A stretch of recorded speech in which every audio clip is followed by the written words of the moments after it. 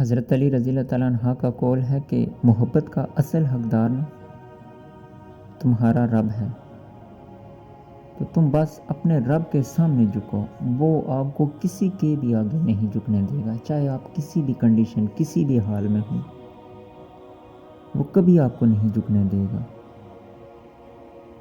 کیونکہ حضرت علی نے فرمایا کہ جو ذات رات کو درختوں پہ بیٹھے پرندوں کو نیند میں گرنے نہیں دیتی، بھلا وہ ذات انسان کو کیسے گرنے دے گی؟ جو ذات پتھر میں بھی کیڑے کو رزق پہنچاتی ہے، وہ انسان کو کیسے گرنے دے گی؟ وہ کبھی بھی بے یار و مددگار نہیں چھوڑتی، اس لیے اسی ذات پہ بھروسہ رکھیں۔ اگر آپ پہ مشکل وقت ہے نا، تو تمہارا بھی وقت آئے گا، اور پھر دیکھنا اللہ اپنے سارے معجزے تمہارے ساتھ کھڑے کر دے گا، اور تم بھول جاؤ گے آزمائشوں کو، دکھوں کو جو تمہاری زندگی میں آئے۔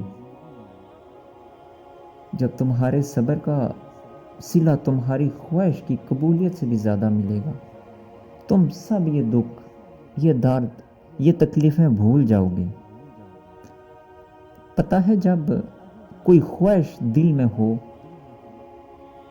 اور وہ اچانک پوری ہو جائے نا، تو بڑا ہی لاڈ آتا ہے اپنے رب پہ، بڑا ہی پیار آتا ہے۔ اس وقت نا اپنے اللہ پہ اتنا لطف، اتنا پیار آتا ہے کہ انسان ایک عجیب سی کیفیت محسوس کرتا ہے۔ اس لیے نا سب کچھ اپنے اللہ کے سپرد کر دیں، ہر چیز کو، ہر فیصلے کو۔ جب آپ جائے نماز پہ بیٹھتے ہیں نا، تو باری دل کو خالی کر کے ہی اٹھیں، جتنے دکھ درد ہیں اس کو سنائیں، آپ کا بوجھ ہلکا ہو جائے گا اور وہ آپ کی سنے گا، اور یقین جانے کہ یہ دنیا کے درد نا آپ بھول جائیں گے، کیونکہ ہر کام اس کی رضا سے ہوتا ہے، تو پھر مستقبل کی فکر کیسی؟ نصیب لکھنے والے کو نصیب کا نگہبان رہنے دیں، اسی پہ چھوڑ دیں یہ، اور اس کے فیصلوں پر نا اطمینان سے سر جھکا کر چلتے رہیں، وہ سب ٹھیک کر دے گا۔